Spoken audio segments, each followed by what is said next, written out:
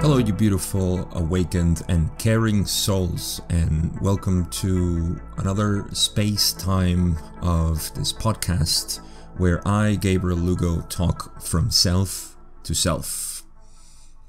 The channeling I'm reading today is from 2004, and I thought it was appropriate for the person who has this question about how to deal with the changes that one undergoes when going through a spiritual awakening and our family and friends are reacting to our changes.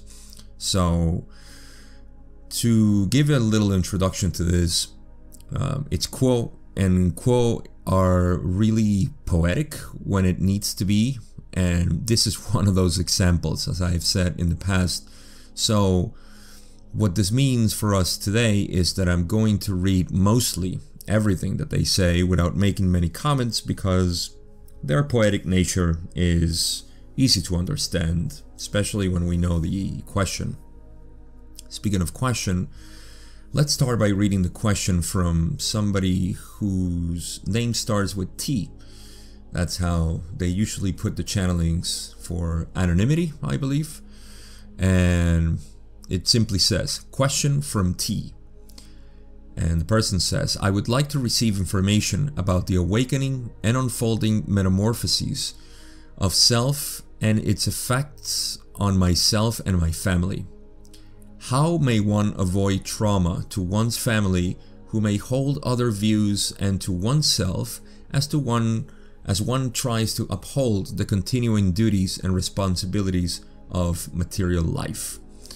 So in essence, yeah, how do we deal with our changes and still hanging out with our family, and how overwhelming this may be because they have different views and our own responsibilities. Because when we go back to the material world after having a spiritual awakening, it can be very challenging, I should say.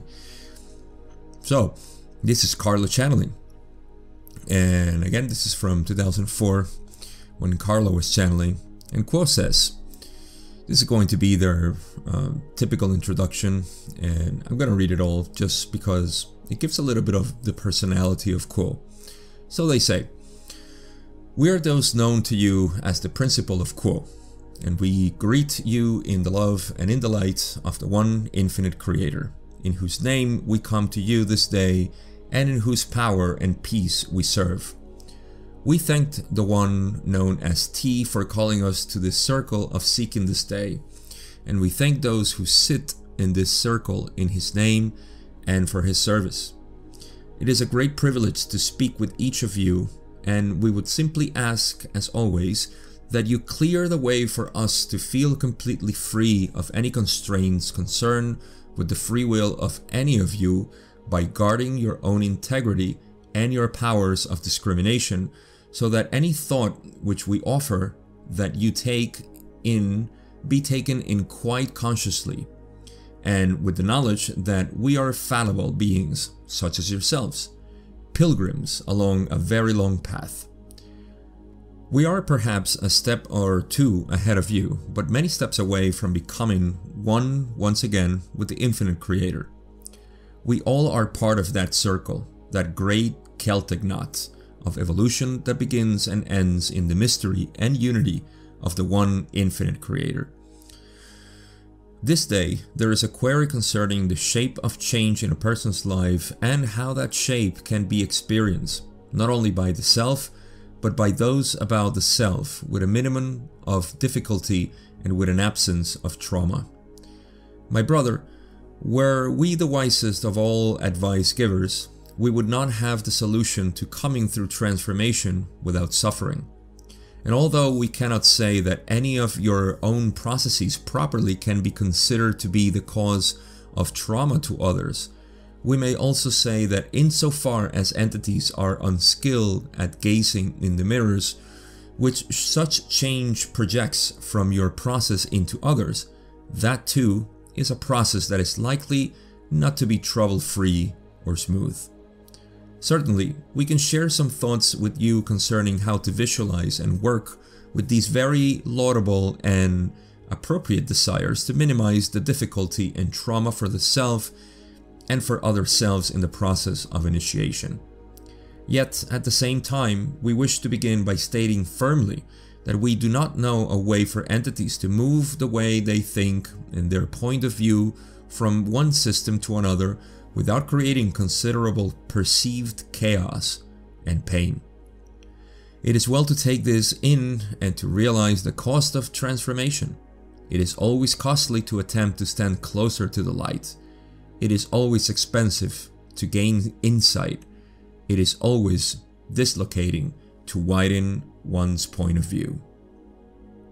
Now, with that said, let us turn to a more positive tack and sail our little boat of thought and words into the wind of change and see what we can find to suggest to you as you set your direction and work with the ocean upon which you now sail to bring you as handily as possible into the next port, and the next, and the next.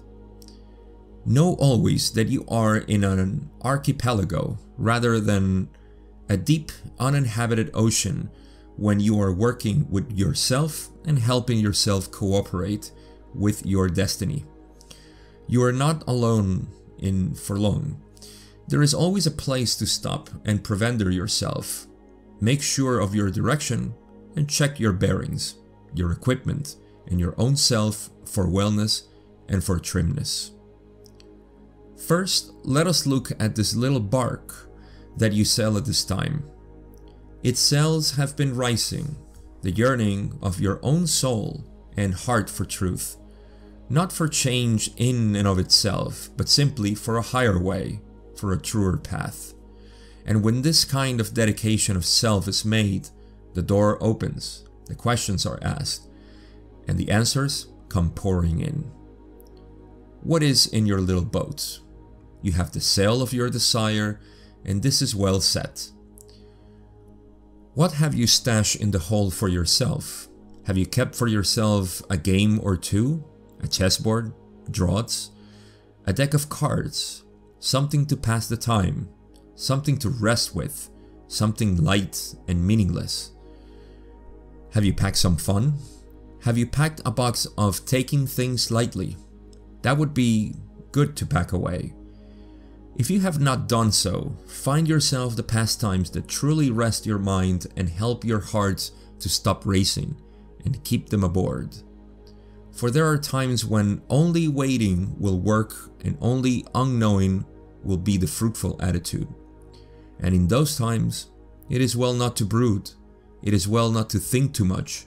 It is well to take things lightly and know that all is well and that there is time simply to have fun. If the fun is music, be sure and play it. If the fun is walking out of doors or working in the great garden, be sure and pack that in. Be sure and have that with you. This is a great tool to have when one is going through a process of intense change. Have you packed sufficient inspiration for your journey? There are times when silence itself becomes too wearying and too intense. It is very helpful to have chosen a few written down things that you may pick up and read, things that you may count on to give you food. In a metaphysical voyage, the food is ideas. Your food will be concepts that enable you to rest or to become restless, but asking and looking and seeing a bit further. Have you packed sufficient humility? There is a good deal of that needed on long voyages, such as you have undertaken. In a way, the choice to seek is, in itself, prideful, or so it may seem from one point of view. It is a coming into oneself in such a bold and complete way that it startles and sometimes frightens the self or other selves who gaze upon such a one. And the thought is, perhaps, that such a bold move is not called for, is not necessary. It is impossible to explain to another self why must one set upon metaphysical voyages. The self cannot even be explained to if there are any inner voices in the self that create resistance within the inner workings of the self. There may be a voice within the one known as T that is still saying, "You are not worthy of making such a bold and drastic change. You do not deserve to release the shoreline of previous ideas and to set forward in search of a new truth that is more all-encompassing, that seems to have more integrity." True humility, however, is that which allows all of the voices of oneself and of other selves to speak their piece to you without the need to defend. What is there to defend, after all? A sailor must set sail. Stays he upon land, he shall drown in the dry dirt. A sailor must take to the water, whatever the voyage, when it is called, when it is time. He simply has to set sail. That is the way with spiritual evolution for most people. When it comes, it is as the wake-up call, and there is no going back to sleep. And so the sailor rigs out his boat, sets sail, and just hopes for the best. This is appropriate. So, a small pause here to kind of go over everything that they said here, and in a very poetic way is reminding us to have that moment of fun, that moment where we enjoy as we like enjoying, because sometimes when we get into a spiritual journey, we think that we must leave everything behind and become a little bit fanatic with what we're doing and set aside everything that was prior to our spiritual awakening. So that is always a good thing. It acknowledges a couple of things about the relationship in which we can engage with other people and how it's fine to have their views and allow people to have their views, and this all tempers this personality that allows everything to be, because at the beginning the spiritual journey is everything that we yearn for. The spiritual journey is everything that we are really investing our energy in, and we're somehow neglecting the past that made us, the individual self that has come out of this preparation for the spiritual journey. We need to carry with us this person, because this person holds a lot of information for us as we continue to learn more about ourselves. This history is quite important, at least to me it is. So I will continue to read as they have more to say, and here is them continuing. They say, "This is not a prideful act. The only prideful act connected with moving through transformation is the act of attempting to defend or justify to the self or to another self the reasons or the rightness of such a voyage. We do not say that there is no possibility of the one known as T choosing wrongly. We simply say that when there is the call for movement, there is no avoiding the movement. It might be done awkwardly or smoothly. It might be done slowly or more quickly. It might be done with great joy or in great trepidation. But when the movement has come from the inside out, as the one known as T has expressed, then one is simply forced to sail, for better or for worse. We ask the one known as T, therefore, to pack sufficient humility that he may rest from blame and rest from avenging those who would blame. It is perfectly understandable for inner voices and for outer voices to object to change. Change will always be uncomfortable. The status quo will always seem more comfortable, more sensible, more sane. It is to those who have been inspired in a certain way that the courage to enter into that zone of discomfort is given. Pack much of this humility, and along with it, my brother, pack much patience. Indeed, put a whole locker full of patience in. For your journey is not only a long journey, your journey is an everlasting journey, one that you have been on all the while and only at a certain point became aware of. At the point at which you became aware, you also became able to affect the rate of change of your spiritual evolution.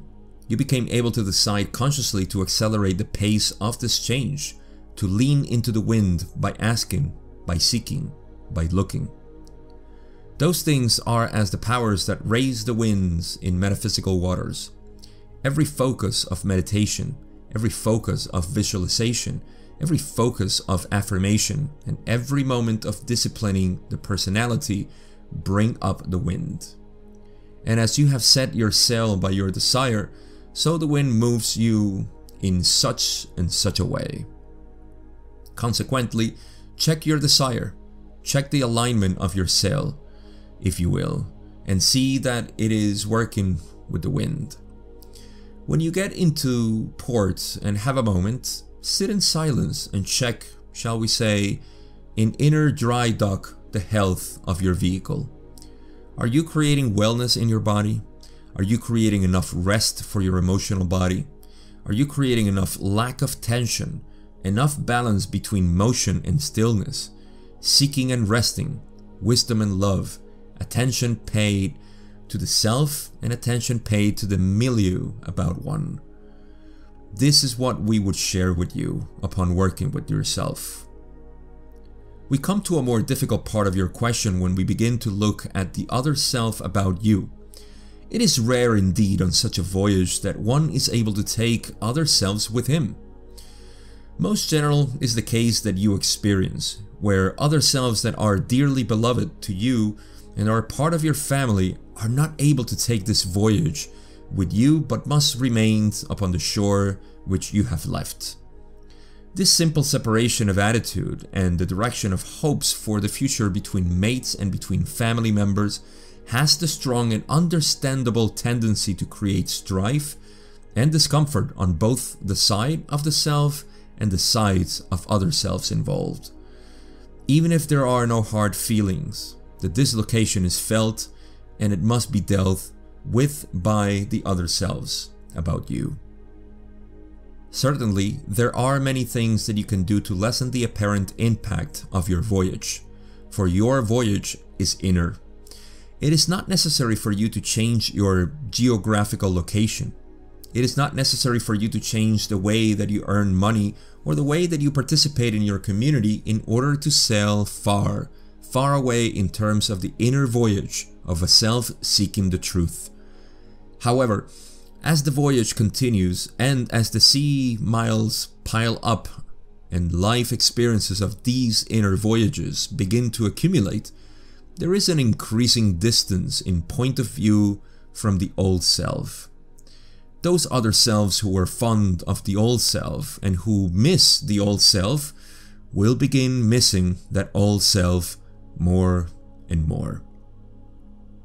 It is rare to find mates, especially, but other selves in general that are able to lift away from previously assumed knowledge of a person and replace that knowledge with the knowledge of the brand new fledgling entity that is beginning to show himself.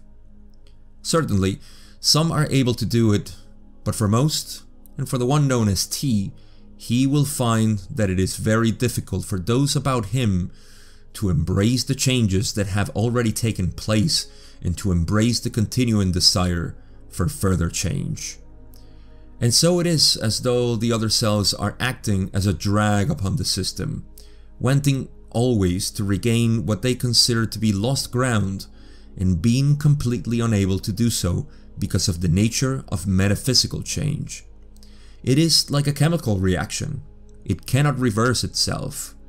Once started, it must play itself out. And unfortunately for the peace of mind of those about the one known as T, this means that insofar as this creates catalysts for those about the one known as T, they also will need to move through the processes of dealing with and finding ways to balance the perceived reality of these changes. It is very helpful in such a case for the entity who is changing to refrain from attempting to explain or justify his journey, and indeed to refrain from speaking unless asked of the journey itself. it is very helpful to remember that beneath all of the changes and changes of living, the self is a serene and unchanging stream, changing in surface ways, certainly as things flow through, but unchanging in the sense of being a citizen of eternity with a certain vibratory nexus that is the pure essence of who you are.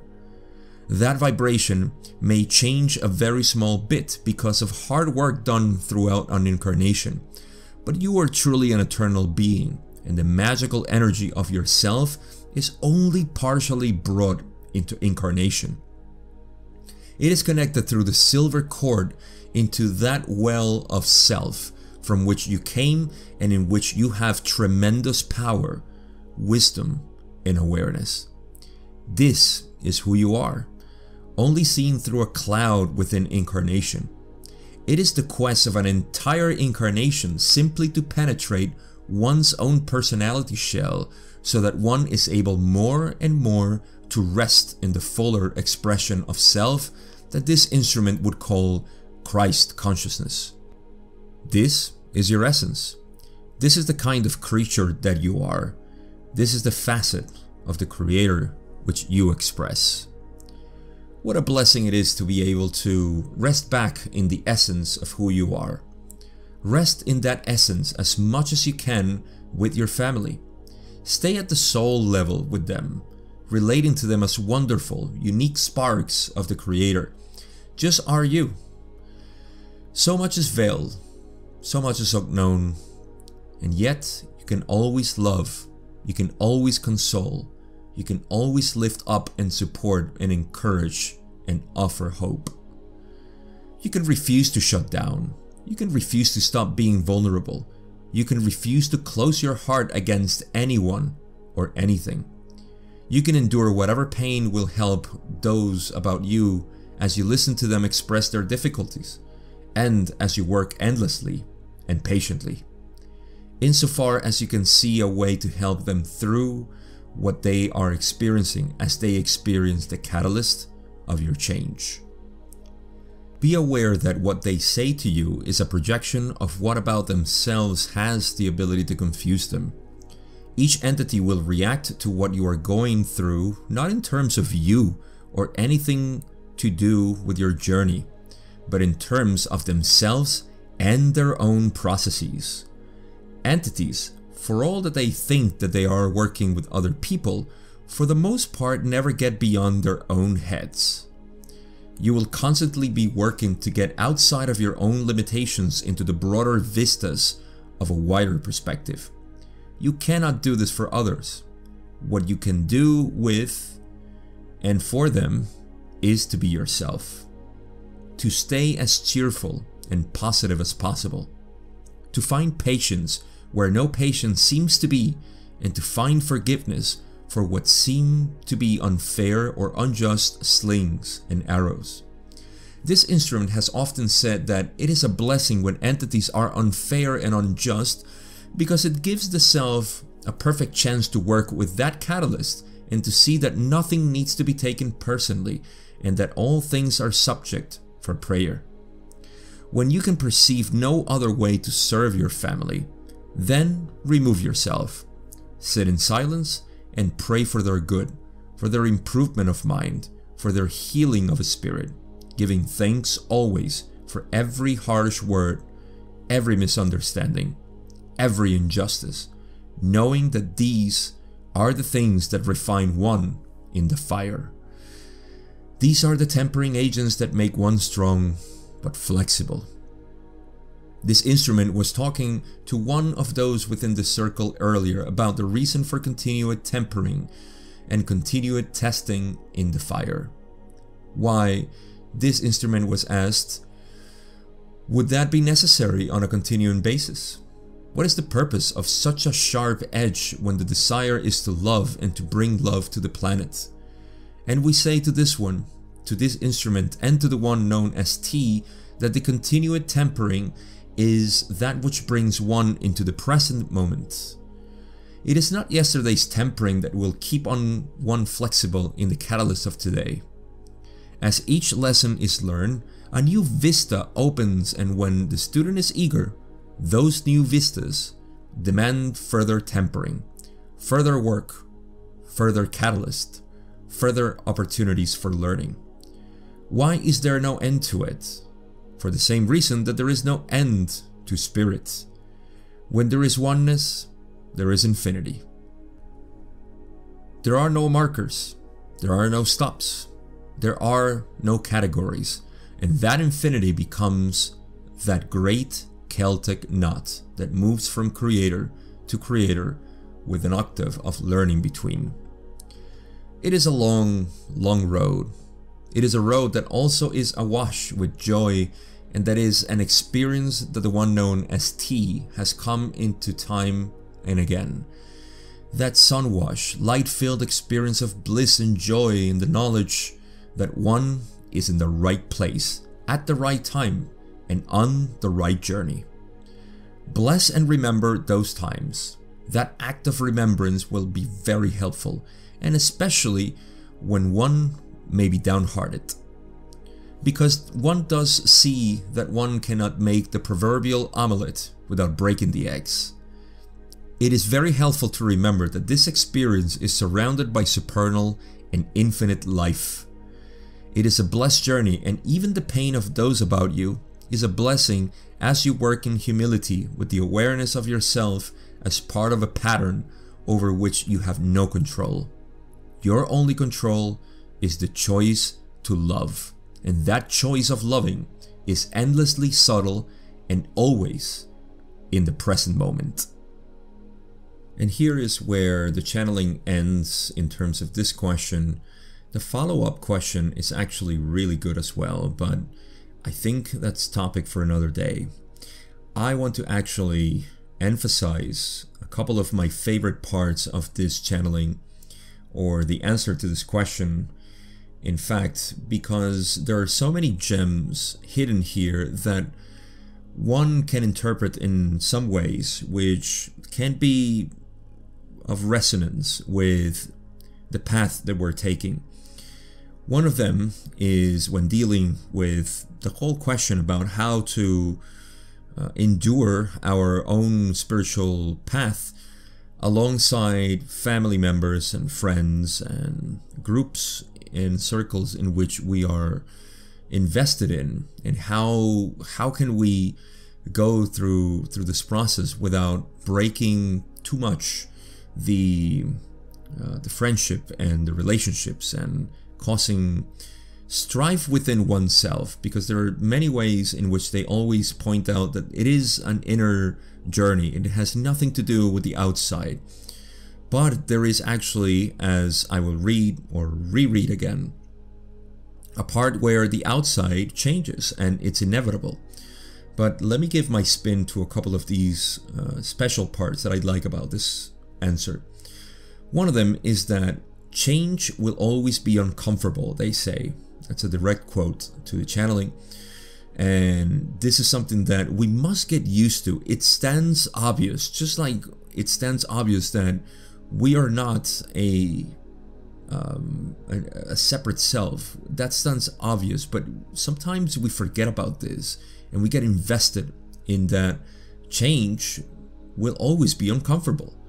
And just like in any other training, when the first time you feel it, it becomes unbearable at first, right? You get used to this. You get used to the pain and the discomfort that this brings. And so change will always be uncomfortable, but as we get used to being uncomfortable in change, then somehow we become comfortable. And so it's almost like, I always use my examples of lifting weights, because the first time we lift weights, we feel like crap. We feel like we're going to fall apart. But later it becomes a sort of masochism, if I could use that strong word, but it becomes something enjoyable to enjoy the pain.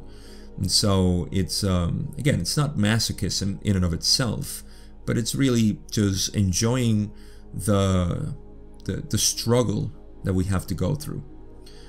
Another direct quote is when they say, "Are you creating enough lack of tension, enough balance between motion and stillness, seeking and resting, wisdom, and love. Attention paid to the self and attention paid to the milieu about one. This is because of the words they use of motion and stillness, and seeking and resting, and lack of tension between the two, because these are the two movers of reality. There is actually one, I'll never forget, I just love this part of the Gospel of Thomas. I think this is of course a Gnostic text found in the 1940s, so it's not canon, but where Jesus says that the sign that our Father is within us is that there is a movement and a rest, meaning that there is the quality of consciousness, of awareness. Pure awareness is stillness. And then there is movement, which is the illusion, the mind, the activity of the mind.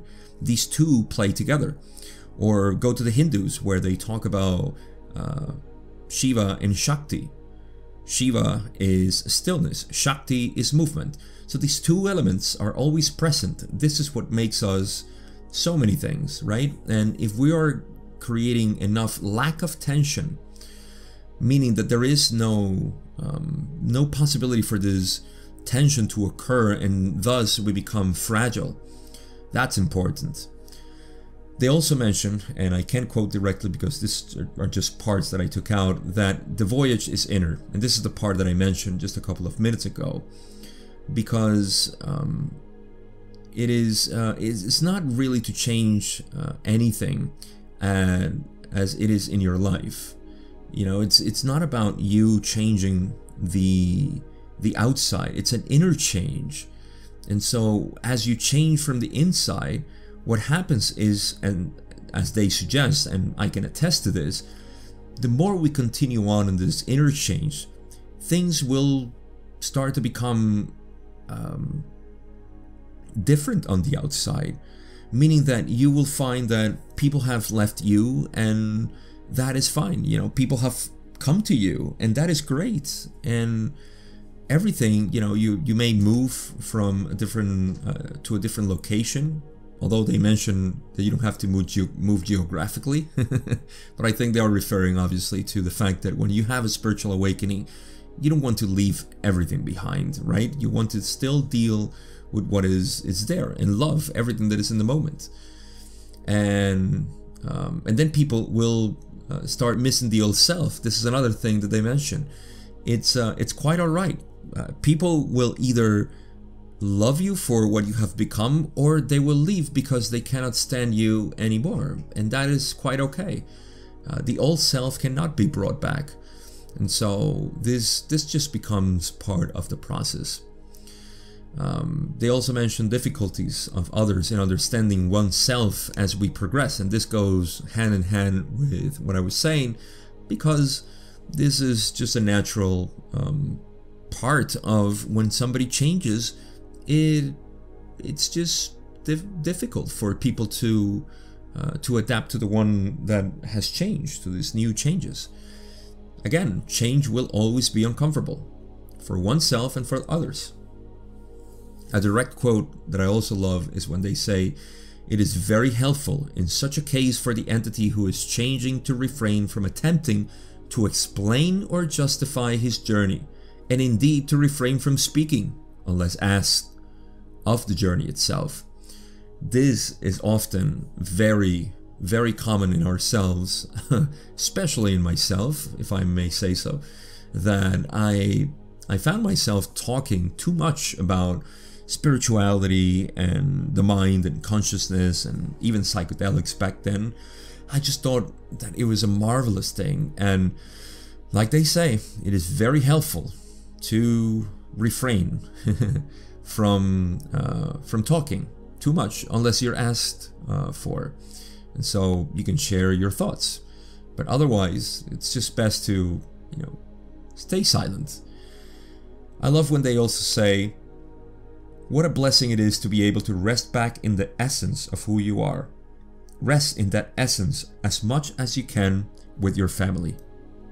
You see, this essence that we are is that stillness of the mind, that practice that we call meditation. or simply sitting in silence, when you allow yourself to just observe reality from that point of view. This is the blessing, to be able to rest back in the essence of what you are. And it is for sure one of the best things that we can do. The last quote that I have, and I love, before I getting to the real final one, but the last one that I had taken note of was, be aware that what they say to you is a projection of what about themselves has the ability to confuse them. Each entity will react to what you are going through, not in terms of you or anything to do with your journey, but in terms of themselves and their own processes. You see, this is also a huge and important aspect of our relationships, is that when you look at another person, because hopefully in this process you have learned that everything that you think you are, it's really an inertia of thoughts, stories that you have told yourself you are. But that's not truly who you are. Who you are is that pure presence of awareness. And as you see yourself this way, you can also relate to others that are that pure presence of awareness, acting on their own stories and thoughts. So you can actually understand them. You can actually see them for what they are, and not really put too much stocks into what they say, but just to see that all they're doing, like they say, is reacting to their own selves. They can only speak in terms of what they know of themselves. So everybody is really just telling their own story over and over again. The only way to stop telling ourselves our own story is silence. So the last one, and is the final part that I read in the channeling, they say, it is a blessed journey, and even the pain of those about you is a blessing, as you work in humility with the awareness of yourself as part of a pattern over which you have no control. Your only control is the choice to love, and that choice of loving is endlessly subtle and always in the present moment. This is just the best way to end this, because it invites us to find the love in the moment, to seek that love that is present, ever present, and no matter what the circumstances, we can always find that. So with this, I come to the end of this episode. I hope this was helpful, because this is a question I get a lot, and I see a lot of people struggling with. How do I deal with my spiritual process while having my family and my friends not in this path? So, as always, I appreciate you listening. I love you, my other self, and I'll catch you on the next one.